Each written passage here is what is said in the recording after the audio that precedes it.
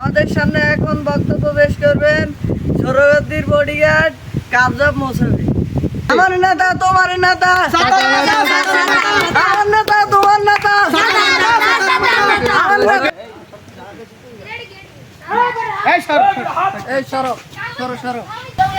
আসসালামু আলাইকুম। আপনারা কেমন আছেন সবাই?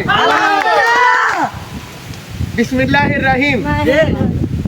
আপনারা জানেন যে আমাদের সকল অসহায় এতিম কর্মীদেরকে লাল করা কর্মসূচি চলতেছে। আমাদের পোলাপাইন রাস্তাঘাটে অসহায়ের মতো মাইর খাচ্ছে, এগুলো দেখার কেউ নাই।